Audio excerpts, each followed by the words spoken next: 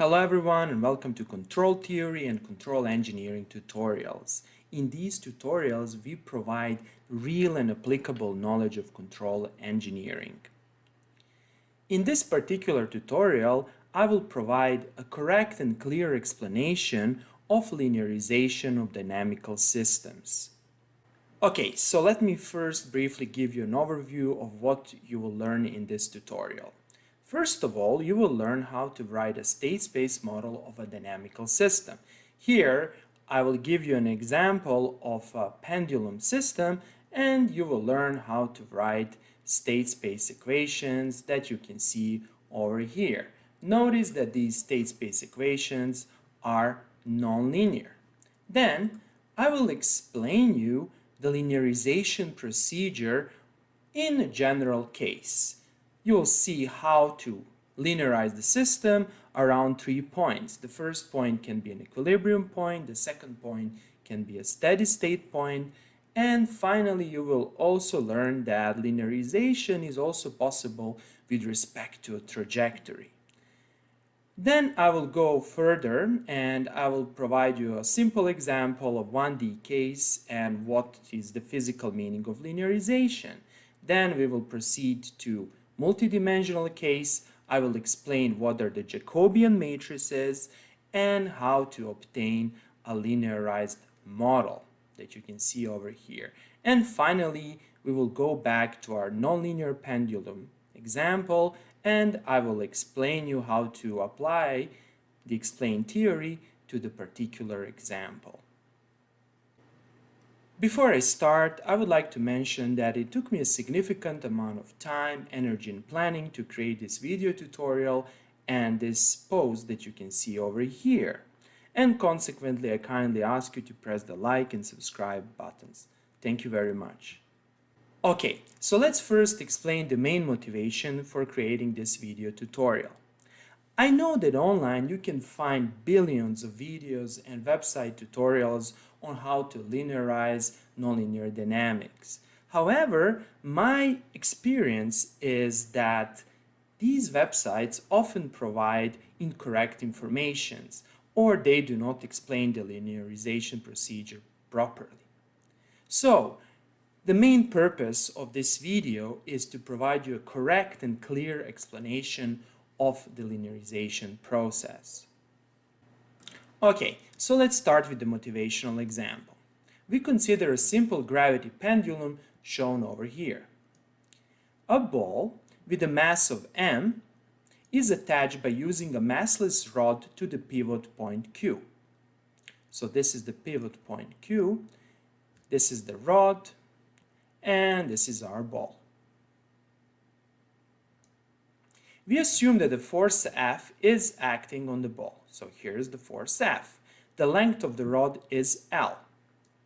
The force is always perpendicular to the rod. That is, the force is always in the direction of a tangent line to the trajectory that the ball is describing. Obviously, the ball is describing a circular trajectory, and the force F is always tangent to this trajectory. We assume that the mass of the rod is significantly smaller than the mass of the ball, and consequently we can neglect the mass of the rod. The free body diagram of this system is shown over here. F is the control force, mg is the gravitational force, where g is the gravitational acceleration constant, equal to 9.81, n is the reaction force, that's the force that the rod is exerting on the ball, and n and tau are unit vectors. N is in the direction of the rod and tau is perpendicular to the rod. From Newton's second law, we obtain this equation over here. So mass times acceleration is equal to the sum of all the forces acting on the ball. And the forces are normal force, control force F, and mg.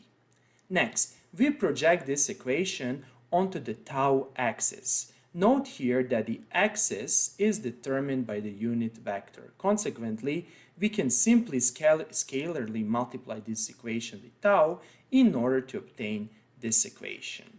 So let us analyze this equation. So mass times a tau, and a tau is the projection of the acceleration a onto the tau axis, is equal to f. It's simply f because f is in the direction of tau, and minus mg sinus theta. So this is the projection of mg onto the tau axis. It is obviously the intensity of this line times sinus theta with a minus sign. On the other hand, the tangential acceleration is given by this equation over here. So a tau is the length of the rod times theta 2 dots, where theta 2 dots is the second time derivative of theta. The variable theta 2 dots is called the angular acceleration. So by substituting this equation in this equation, we finally obtain the equation number 4. And the equation number 4 can be written in this form.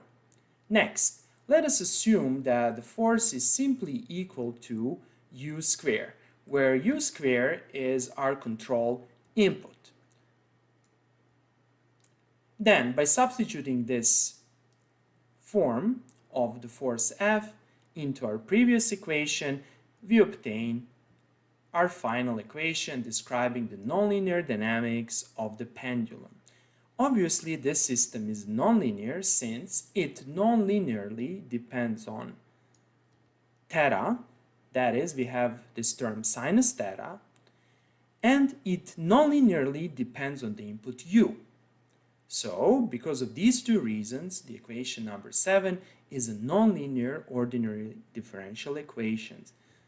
So, even in the case of theta 2 dots plus g over L times theta is equal, for example, 1 over ml times u, if the dynamics looks like this, then the dynamics will be linear. This is because this equation linearly depends on theta, theta dot, and theta 2 dots, and it linearly depends on u.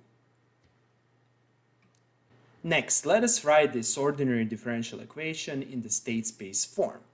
First, we introduce the state space variables. The state space variables are x1 is equal to theta, x2 is equal to theta dot. Then, by differentiating this equation, we obtain the equation that you can see over here. So, x1 dot is equal to theta dot, and we know that theta dot is equal to x2, so we obtain the first state equation saying that x1 dot is equal to x2. So let's see the second equation. We obtain the second state equation by differentiating the equation number 8. That is the second equation in the equation number 8. And we obtain x2 dot is equal to theta 2 dots. And stop here for a second. So what is theta 2 dots? Let's see that. Well, we know that theta 2 dots can be expressed from this equation number 7. And we have that theta 2 dots is equal to minus g over L sinus theta plus 1 over ml times u squared. Now, by introducing our first state space variable in this equation, we finally obtain our final state space model. So here it is. It's given by the equation number 10. And generally speaking, this state space model can be written in the form that you can see over here. This is a standard representation of a nonlinear system, where in this standard representation, x is state space vector, u is the control input vector, and f is a vector function of a vector argument. In our case, the state vector is two-dimensional and it consists of x1 and x2. Input u is one-dimensional, that is, it's a scalar. f1 is x2. f1 is the first entry on the right-hand side. And f2 is the second entry on the right-hand side. Next, we explain the linearization procedure. Consider this figure over here. X is our state space vector.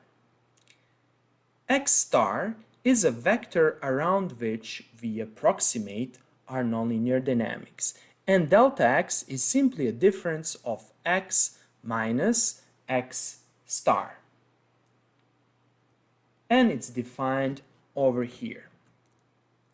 The vector delta x is the vector of new variables. This vector is the state vector of the linearized system, and I will explain this in the sequel. However, since the input is also applied to the system, and the input can also be nonlinear, or the state equation can nonlinearly depend on the input, we need to linearize the system with respect to the input. Consequently, similarly to this equation, we need to introduce this notation, where u star is the vector of controller inputs around which we linearize the dynamics, and delta u is the vector of control in new variables. The vector delta u is the control input vector of the linearized system. Let us consider this figure once more. When linearizing a nonlinear dynamics, we have a freedom of choice. We can freely choose vector x star. Typical choices for vector x star are: first of all, we can linearize the dynamics around the equilibrium point of the system. What is the definition of the equilibrium point? Basically, the equilibrium point satisfies the equation number 16. So what do we do over here? If we plug in the equilibrium point, and if we set the input equal to 0, the dynamics of our system should be equal to 0. That is, x dot star should be equal to 0. Basically, we can simply ignore the input here, and we obtain this equation, or the final form given over here. So x star, for which this equation is satisfied, is the equilibrium point. And we first need to find such a point, and then we linearize the system around this point. And in reality, if you have very severe nonlinear dynamics, you will have many of points x star. That is, the system can have 1, 2, or infinite number of equilibrium points. The next choice for the x star is the steady state of the system. Let us assume that there is a constant input vector u star that produces the steady state x star. The vectors x stars and u stars satisfy this equation. That is, when we plug them into the system dynamics, we should obtain this equation. Now, if we know u star, we can solve this nonlinear system of equations for x star, and we can compute our linearization point. Then you can also linearize the nonlinear dynamics around the nominal trajectory. Now, be very careful over here. When people say, I want to linearize my dynamics, they often mean, okay, I want to linearize my dynamics around a certain point. However, in practice, you can also linearize dynamics around the nonlinear state trajectory. So what is a state trajectory? You can simply define some desired function, x star, that's a function of time. So you want your x star to be a certain function of time. And for such an equation, you can also define an input star that will produce x star. So once you plug in the input x star, or better to say u star, into your nonlinear dynamics, you will obtain this equation over here.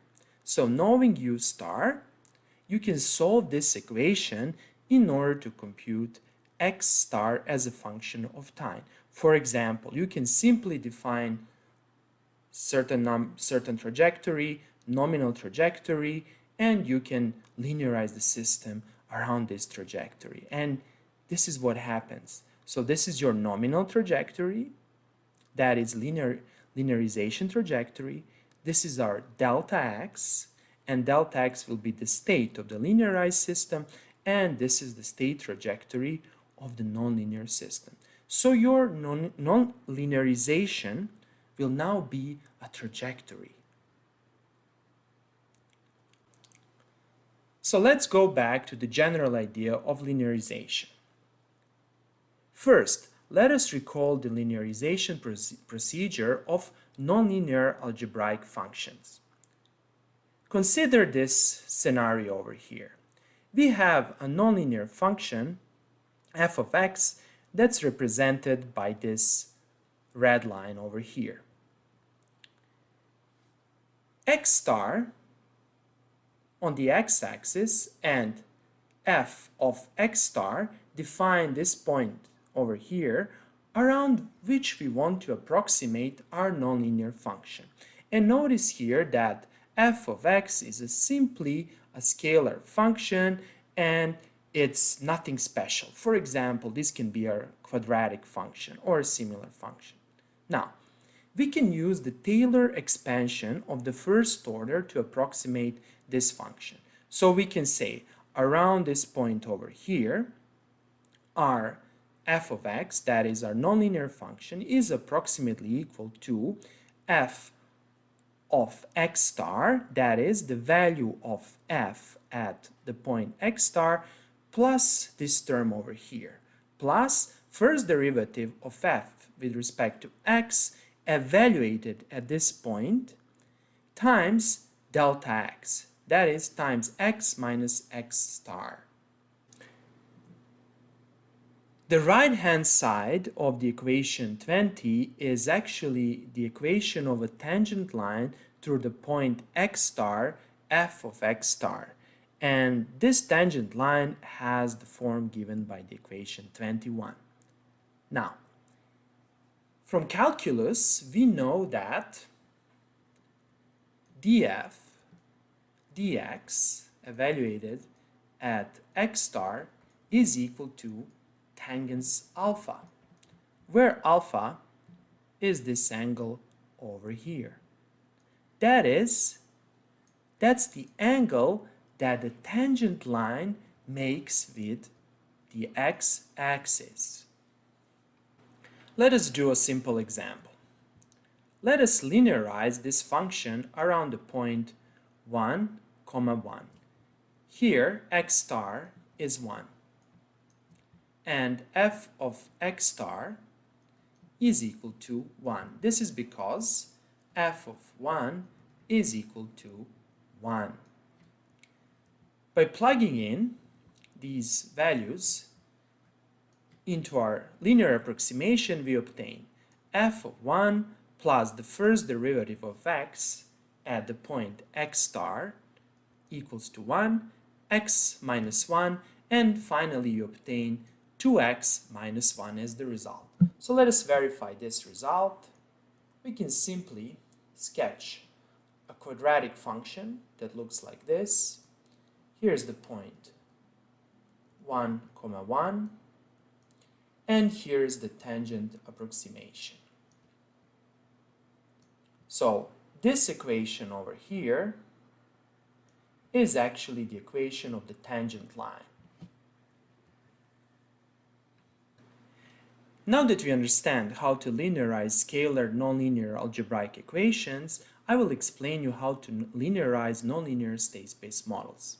The linearization of nonlinear state space models is very similar in spirit to the linearization of scalar nonlinear functions. So let us explain how to linearize nonlinear models. Let us consider our dynamics that's given over here. We can approximate the right-hand side of our dynamics, that is, we can approximate the function f by expanding f by using the first order Taylor expansion. We obtain f at the point x, u, and notice here that x and u are vectors of the nonlinear system that we want to linearize is approximately equal to f of x star comma u star. That is, we are saying that f is approximately equal to the value of f at linearization points x star and u star, plus these two terms over here.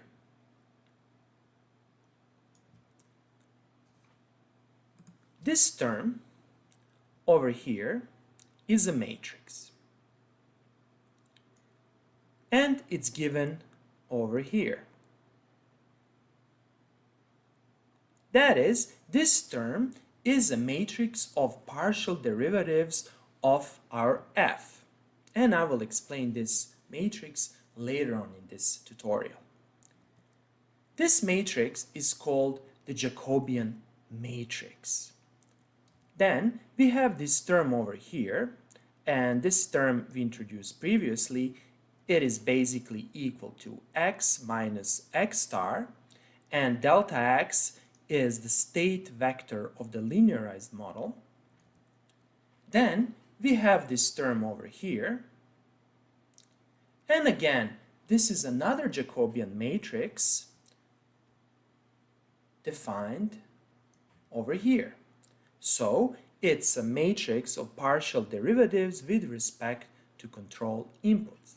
And then we have this term over here, delta u, that we introduced previously. That is, delta u is equal to u minus u star. Here, you should keep in mind that u star and x stars are the points around which we approximate our nonlinear dynamics. In practice, they are often not independent because they are coupled through our dynamics. We know that x star dot is equal to f x star comma u star. For example, if x star is a steady state point, this means that this value is constant. This means that f of x star comma u star is equal to 0. That is, we cannot independently choose x star and u star, or better to say, these two values are coupled through our nonlinear dynamics. Let us explain one very important detail of this equation. Notice over here that we have vertical bars next to our Jacobian matrices. This means that these Jacobian matrices, that is, their entries, are evaluated at x star and u star. So what does this mean in practice? Once you compute these partial derivatives, over here you will figure out that these partial derivatives depend on the entries of x and u. Then you will simply substitute the entries of x by the entries of x star, and similarly you will substitute the entries of u by the entries of u star. And that's the explanation of these vertical bars. That is, by writing a vertical bar, we are saying that the Jacobian matrices are computed for particular entries that are given in the subscripts of the vertical bars. Let us explain the Jacobian matrices and how we construct them in more details. Remember that our dynamics is defined as follows: f1 of x comma u, f2 of x comma u, and up to f of n x comma u.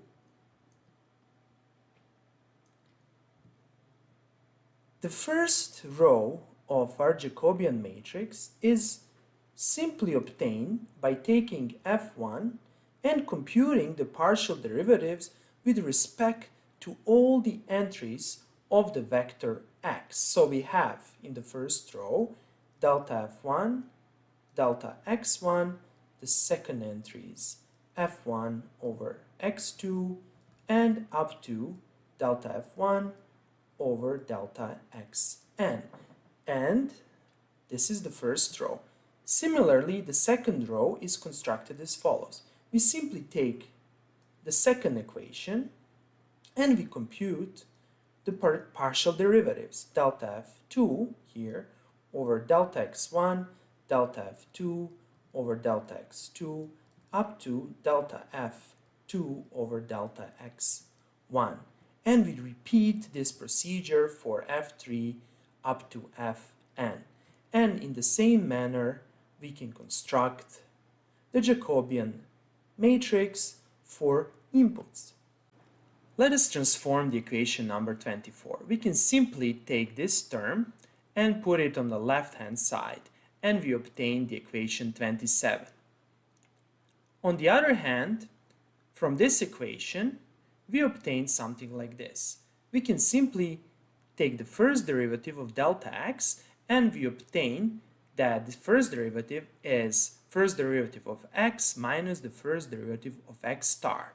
And instead of x star dot, we can substitute our nominal dynamics. That is, x star dot is equal to f of x star comma u star. And as the result of the equation 27 and 28, we obtain the equation 29. And this equation is very important. We can replace this approximate sign by the equality sign, and by doing that we actually define our linearized dynamics. So let us introduce a new notation.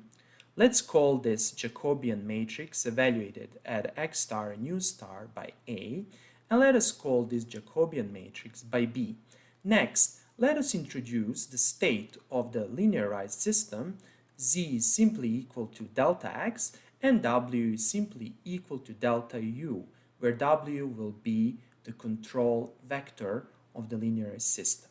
And we obtain the linearized system given by the equation 32. And this is a very familiar form of a linear dynamic system, saying that Z dot is A times Z plus B times W.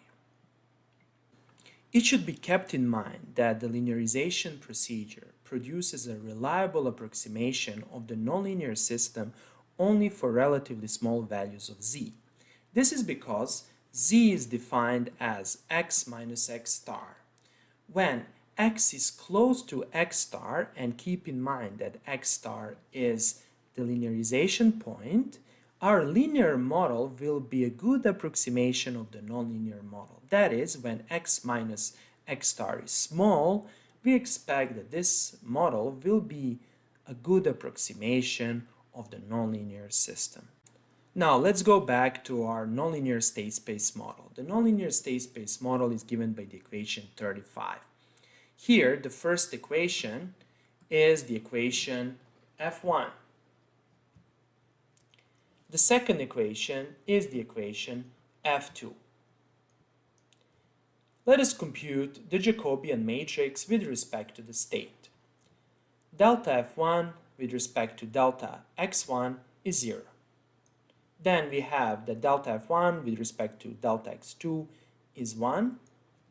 Then let us compute the first derivative with respect to x1 of f2. It's basically minus g over L cosinus x1 and 0. Next, let us compute the Jacobian matrix defined for inputs. Here, we don't have the input affecting f1. Consequently, here we have 0. And the second term will be delta f2 with respect to delta u, and we simply obtain 2 over ml multiplying u. Okay, so this matrix and this matrix are our Jacobians. Let us choose a linearization point. Over here, I will choose 0, 0 as x star, and for the u star, I will compute I will actually choose 1. Physically, this means that we are approximating the pendulum dynamics around this position. And keep in mind that x1 is theta and x2 is theta dot. This means that the angle is 0, and this is exactly this position, and theta dot is equal to 0. This means that velocity is equal to 0. And over here, I'm assuming that the force is equal to 1. So let's see the linearized dynamics. Once you evaluate Jacobians, you obtain the matrix A and the matrix B, and finally our dynamics, that is our linearized dynamics, has this form over here. Okay, that would be all for today. I hope that you like this video. If you like the videos I create, please press the like and subscribe buttons. Thank you very much and have a nice day.